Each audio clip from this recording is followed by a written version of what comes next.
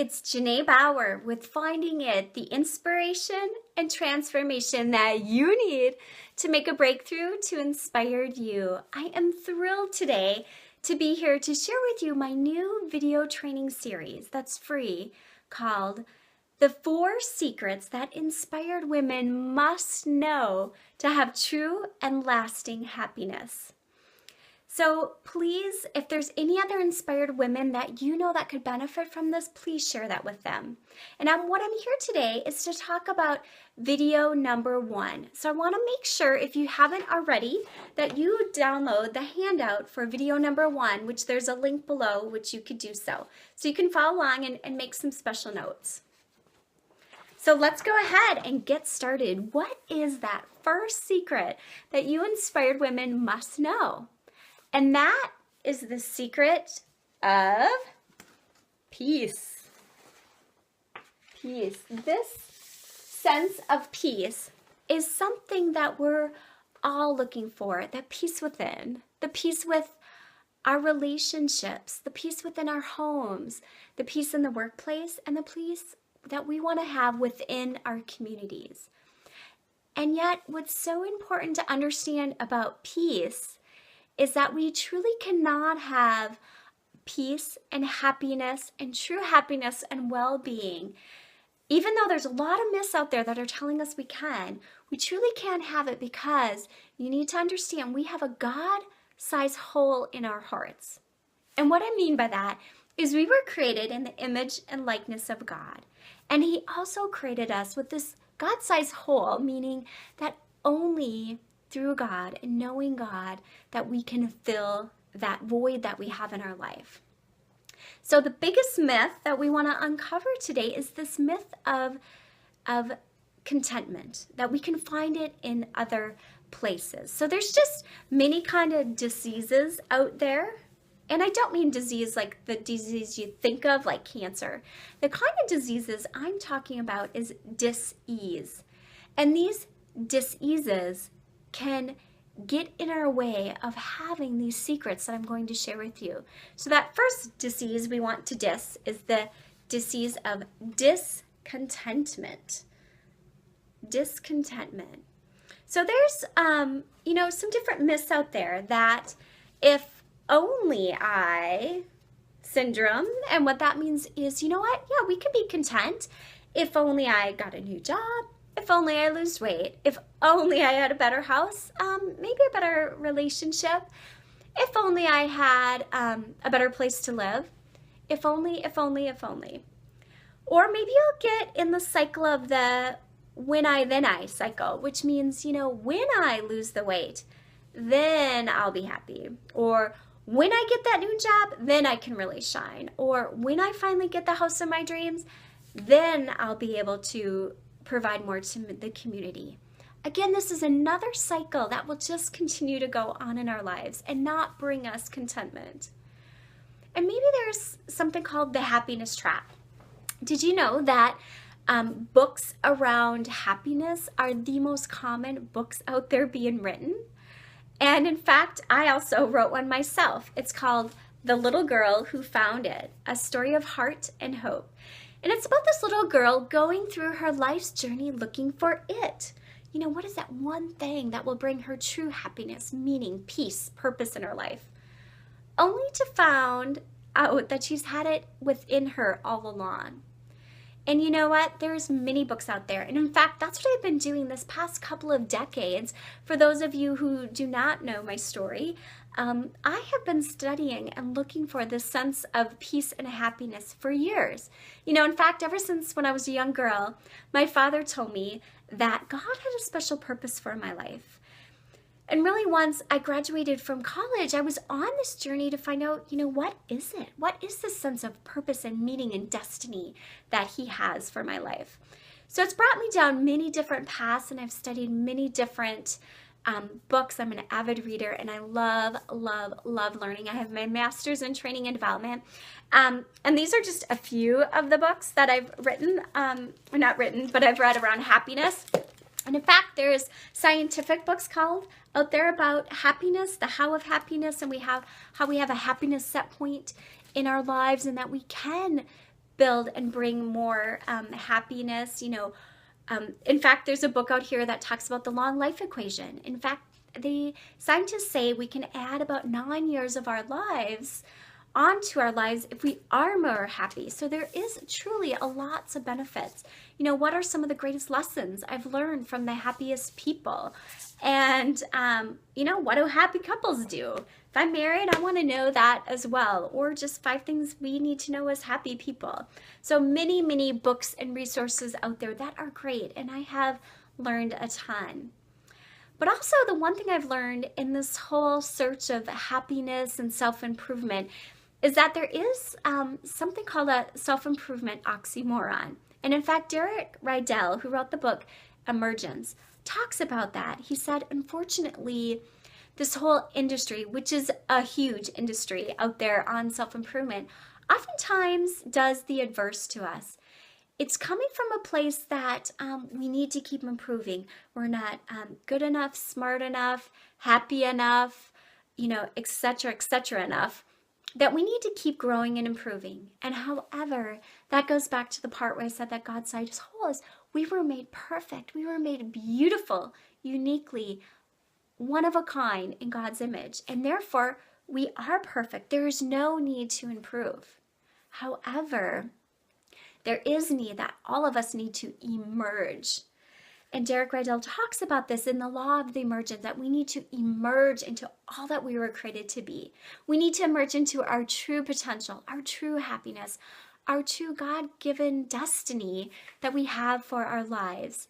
And yet we need help in that. We need ways and resources to do that. And that's what I'm here to share with you in this training video, are ways to do that. And in fact, I want to use an analogy of a train throughout this series because it has some great tips that we can take away. And I'm going to use the help of this book called I Knew You Could. It's a book for all the stops in your life.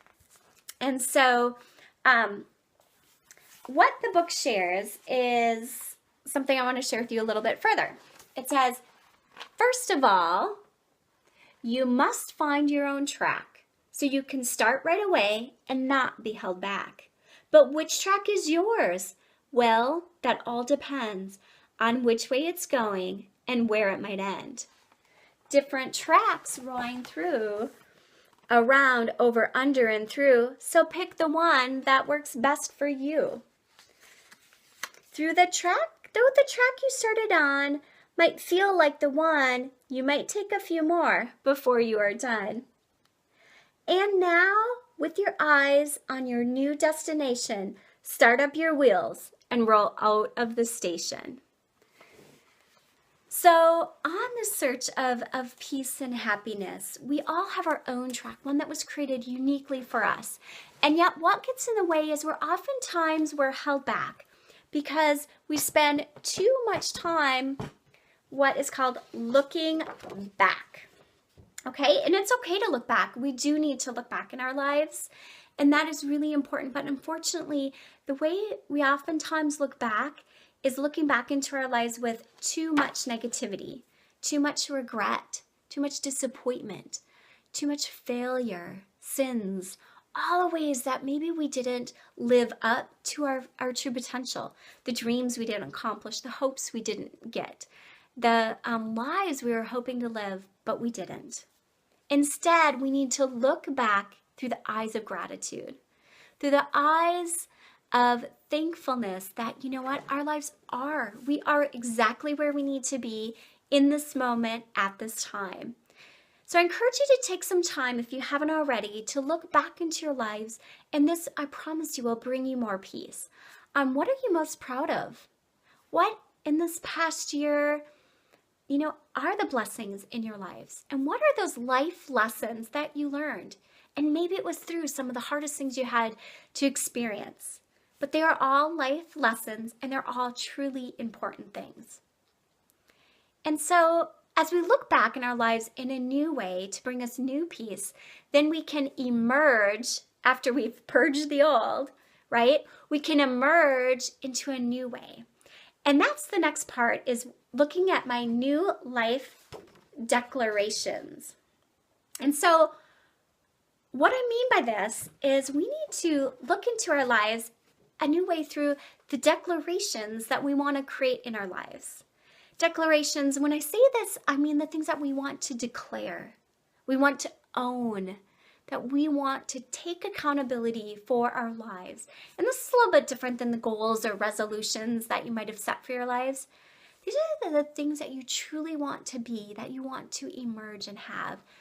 More like your affirmations, your manifestos, those things in your life, something called life sentences. I read a book by Keith Craft, and he talked about this idea of life sentences, and I love this, and I'm expanding on it further. In fact, our life sentences, the declarations that we have for our lives, can either imprison us or set us free. And oftentimes when we continue to look into our lives, look back with all this negativity, then that just imprisons us. We have these limiting beliefs that we continue to bring with us over and over again. And yet this year, we need to have new declarations. We need to evolve and emerge and elevate to that new level that God created us to be, our destiny. And in order to do that, we need to create, what are those life declarations? So I encourage you in that space on your handout to write some things down. You know, what do you want this next year to be like for you? I am going to emerge into my true, real self. Or no more am I going to let the things in the past limit my future. Or maybe your life declaration this year is, I am going to live with joy every day. Or maybe it's that I'm choosing to have no more regrets in my life. Or I want only true fulfilling relationships in my life. Whatever it is, I encourage you to declare it. First of all, write it down, and then if you can share it with somebody important in your life, that just brings it to the next step of truly internalizing it. And I guarantee it will bring you more peace as you think about and give yourself that permission to let go of the things that are holding you back, so you can embrace the things that will bring you forward. And so again, in this video series, we looked about this number one secret of peace and how we need to have that peace in our hearts first, so then that we can generate that peace to others. But we have to get rid of that myth and the disease of discontentment, thinking that we'll find happiness if only we do this, when I, then I, or that happiness trap, or the oxymoron of the self-improvement.